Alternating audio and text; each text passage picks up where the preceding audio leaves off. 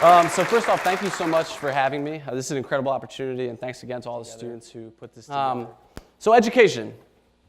You know, of all of the issues you're going to hear about today, I would argue that education is the worst. And not the worst that it like physically harms us the most. It's just the worst. You know, we all grew up, went through the same education system, and it makes us feel tired, it makes us feel despair, it makes us feel frustrated. You know, even Barack Obama can't get through a class without, balling his head back and saying, is this really the best way? And every month, it's like we hear another study came out, a new international test, America's last, or America fell. You know, American students, they're really confident, but, not that bright. And so education is this seemingly intractable issue, but it's unique in that we've all experienced it. And so what's strange is, why is this? Why is the system so terrible? Because when you think about the idea of learning, which is this act that the education system is meant to facilitate, that actually produces completely different feelings in our mind. I bet even hearing that word is this idea of unleashing our minds, becoming better versions of ourselves, exploring our curiosity, feeling motivated, feeling empowered. Even today, in today's world with digital connectivity, I would argue learning something new, and the idea of that even is, dare I say, cool. And this is me, if you're curious, in 9th grade. And yes, that is a real goatee. It took me about 18 months to grow. This was the only time in my life where I was cool. It's my license to cool phase. But, going through college, that's when my intellectual curiosity really took off. And like many of us, I feel like we shared that experience. And so I started asking myself, why is this? Why is the education experience and system so intractable and so boring? And at the end of my Emory experience, I graduated back in 2012. I was a philosophy major, so my career path wasn't exactly carved out. And Teach for America actually provided me with the opportunity to jump into the classroom and find out what exactly was up in education. So I became a high school teacher. I taught 9th and 10th grade social studies here in Atlanta. And it was almost a cliche where I taught at this point. I taught at Banneker High School. It's a great school here in Atlanta. But at the time, it was struggling. 42% graduation rate. 97% of the students qualified for free and reduced lunch, which means they are at or below the poverty line. And, just historically in the last 10, 15 years, Banneker was not having a lot of success. And in my first year, I ran into a lot of the same problems you'd expect. We need more teachers, or the standards are outdated, the books are outdated. We just need more culture, we need a better energy. But none of those really felt like the fundamental issue. Because something wasn't right, something wasn't hidden for me. So my second year, I actually figured it out, I think. I had a moment, and it's when I met Natasha. My second year, I was teaching world history, 10th grade class. And in Georgia, like in many states, world history is actually a required course in order to graduate. And so it was second semester, and every semester you get a new set of kids. Natasha was in my 4th period class on my B day, 38 kids in the classroom. It was really a show, I must say. But Natasha was not like every other student in the class. She wasn't a 10th grader. She was actually a 12th grader. She was an 18-year-old, and she had failed world history the first time around. And so it was springtime, her last semester, and she needed to pass my class in order to graduate. So here she is, start of the semester, really motivated, I'm motivated, we start off well, she's doing okay. But it quickly became clear to me that Natasha, like a lot of her peers, and anybody who's taught in underserved schools know that this is actually a widespread issue, that she was well behind academically. Her reading and writing were probably actually closer to a 5th or a 6th grade level. Her math was probably in that area as well. And my course is a lot based on writing and reading and all that kind of stuff that you do in world history. And so over the course of the semester, Natasha began to struggle. Fast forward, we're a week away from when I have to submit grades. And I look up at my grade book, and Natasha's grade's at a 55. Now, in Georgia, or in Fulton County, I should say, you need a 70% in order to pass a class. At that moment, I knew there was no statistical way that Natasha could pass this class. And I had offered her a tutorial, I'd offered extra credit, recovery packets, extra tests. These are all things that in underserved schools we're oftentimes almost forced to do by our principals because our students are struggling being so behind. And yet here Natasha is at 18, and she's got a 55. So this is where I was put into a dilemma that also sparked some inspiration. I was sitting there and I was deciding, do I pass Natasha or do I fail her? Now I bet everybody's sitting here and your gut reaction was the same exact as mine. Natasha earned a 55. It's unfortunate. She could have made better choices. She could have taken advantage of extra credit, of recovery, of tutorial. And so Natasha earned a 55, and I need to stand on the integrity of the class, stand on the principle of the class, and all the students who actually put in a lot of work and got passing grades. And so Natasha should earn her failing grade. I think viscerally that just feels like the right thing because she's facing the consequences of her actions. However, at this point in time, I decided to take a step back. And I said to myself, okay, well, let's look at the other side of the coin. What happens if I fail Natasha? Natasha's 18. She comes from a school where a lot of kids drop out. Most don't actually finish. And so if I fail Natasha, she's not going to graduate. Yeah, maybe she'll come back in the summer or in the fall to get that one credit back up. But the likelihood of that actually happening is really slim. And so to me, is Natasha responsible completely? I mean, definitely bears some responsibility, but is it all her fault that she ended up in world history again, spring semester, senior year, and her life trajectory could be altered because of the fact that she couldn't master my world history class where we're talking about stuff that happened 5,000 years ago that honestly is not that relevant to her, not that relevant to me, but here we are. And so if I fail her, I'm going to drastically alter her life prospects. Without a high school diploma in our country and our world right now, it's really, really challenging. You really do not have a ton of options. And so I asked, what would you do? Do you pass her and, honestly save her trajectory, save her prospects? Or do you fail her and stand on principle? Because if you stand on principle, you're not actually going to fix the system in that moment. And that's when it hit me. Why am I in this scenario? Why, as a teacher, am I sitting there having to face this ethical dilemma that, in all truthfulness, came up many times for me and many other teachers I knew? That's kind of the beauty of Teacher America, is you get to know a lot of teachers at different schools, and we all face very similar problems. And I was thinking to myself, why is this happening? I feel like I'm in the dark. I feel like there's no guiding principle. I don't know what the education system's meant to be doing, and so I don't know how to make this decision for Natasha. And that's where the question came to me. What is the goal of education, after all? Can anybody agree upon it? Does anybody have an agreed upon definition of education and why we do it in the first place? What's the vision? Where are we going with this? And now that I've worked in education and policy in the nonprofit sector and in the classroom, I've realized nobody really knows. If you asked everybody in this room and everybody in education, you would get tons of different answers. Some people today say the point of education is to make everybody college and career ready. Other people say it's to develop a love of learning, or a globally competitive workforce, or to earn a college degree and go to college, or to get a job even. All these things depend on who you ask. So if we think about Natasha, in that scenario, if it's college and career ready, well, what does that mean? I mean, she's definitely not college ready from a skill standpoint. She could be career ready depending on what career you're talking about. But we don't really know because no one's told us. No one's decided. No one's defined what that means. If it's develop a love of learning, how do you measure that? How do you teach that? Globally competitive workforce, that can be something completely different. And so as teachers and as educators, there is no North Star. There is no guiding light. There is no purpose. There's no clearly defined goal, and that's the problem. So why is this so difficult? Why is this question and this system so intractable at this point? I think it comes down to two things. The first one's fairly obvious.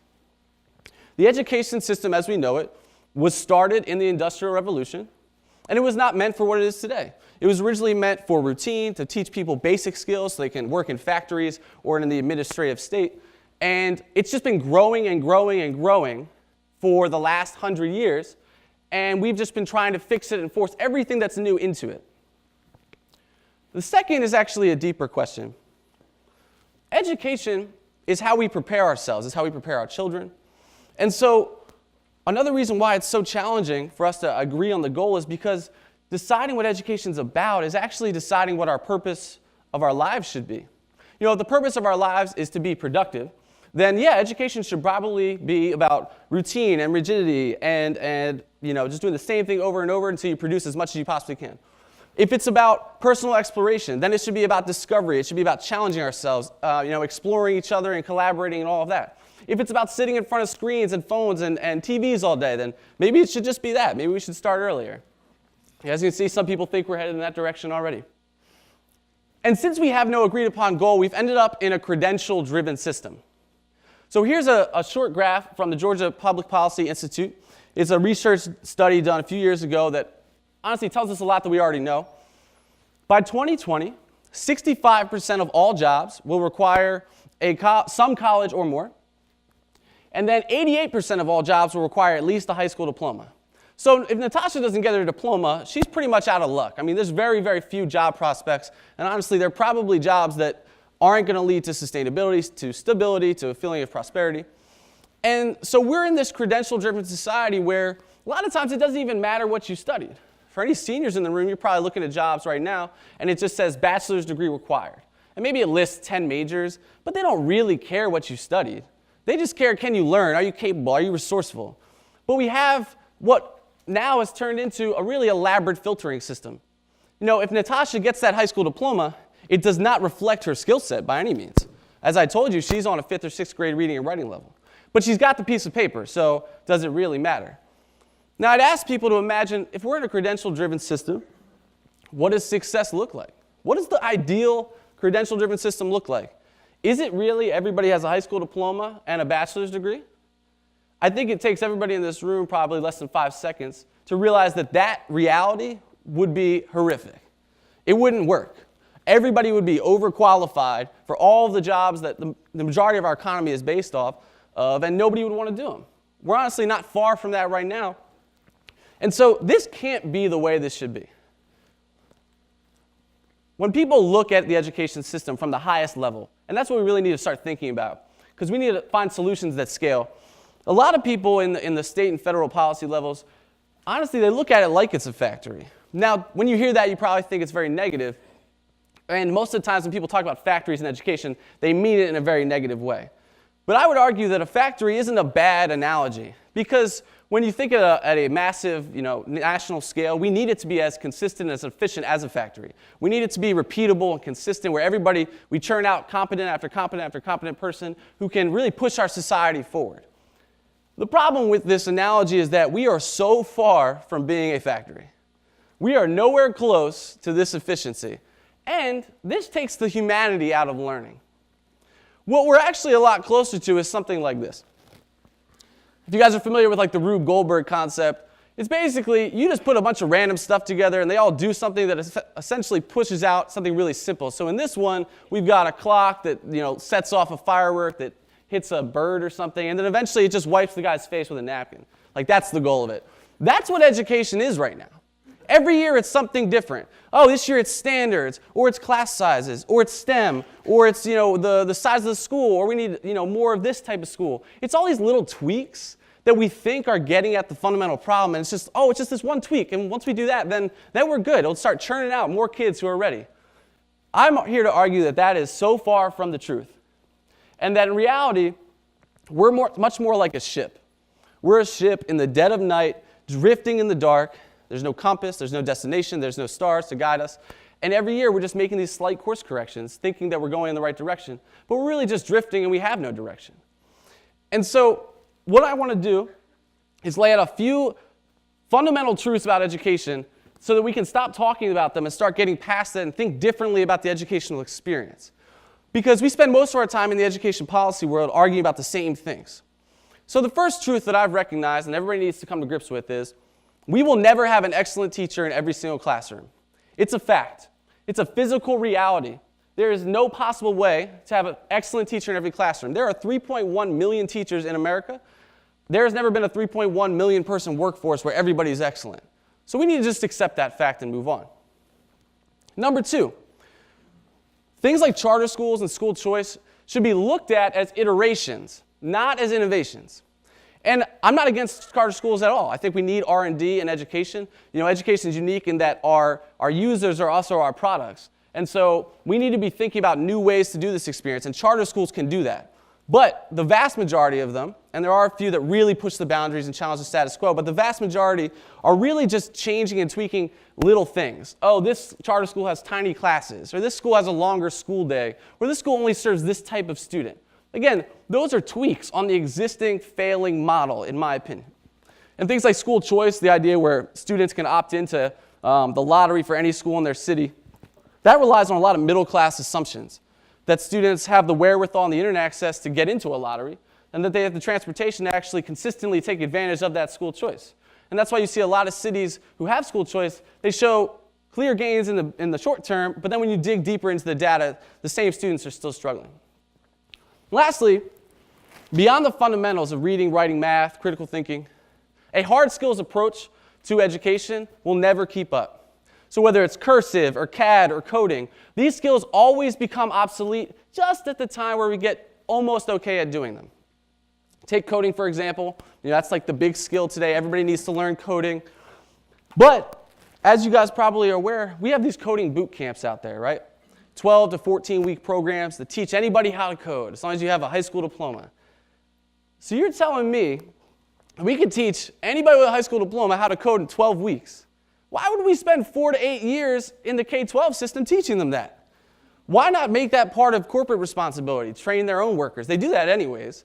The majority of, and for the students in the room, the majority of what you're going to do in your job, you learn on the job. I never trained to be an executive director or a teacher, really, even. Most of my colleagues and my friends didn't train to be the position they're doing today. They're just resourceful, capable, collaborative, critical thinkers. So focusing on hard skills and trying to force them into the educational experience will never keep up. Okay, so what can we do? Because I think in our guts, we all know that education can be so much more. It can be a place where intellectual curiosity is fostered every single day, because we've all experienced that moment. Right now, we think about engineering the environment. We focus on the school building. We focus on the teacher, the technology, how many kids are in the classroom. And this is engineering the environment, and these are all factors that influence education, but they're not fundamental to the success. And I know that because I had different teachers than you. I was in a different school building than you. I had different standards than you. I had different technology than you. My classes were a different size than you. And yet we're all here. We're all in this room achieving some level of success. So it can't be these things that are fundamental. What we need to do is instead get into the mind of a student. Really think about the student experience. How are they experiencing these different concepts? How are they relating them? How can we get kids inspired instead of keeping them in line? How can we, instead of promoting compliance, promote creativity and collaboration? How can we get students in focus and in flow instead of in routine? We need to start thinking about how students experience this so we develop their skills and their individuality together. And we need to start thinking about it at scale.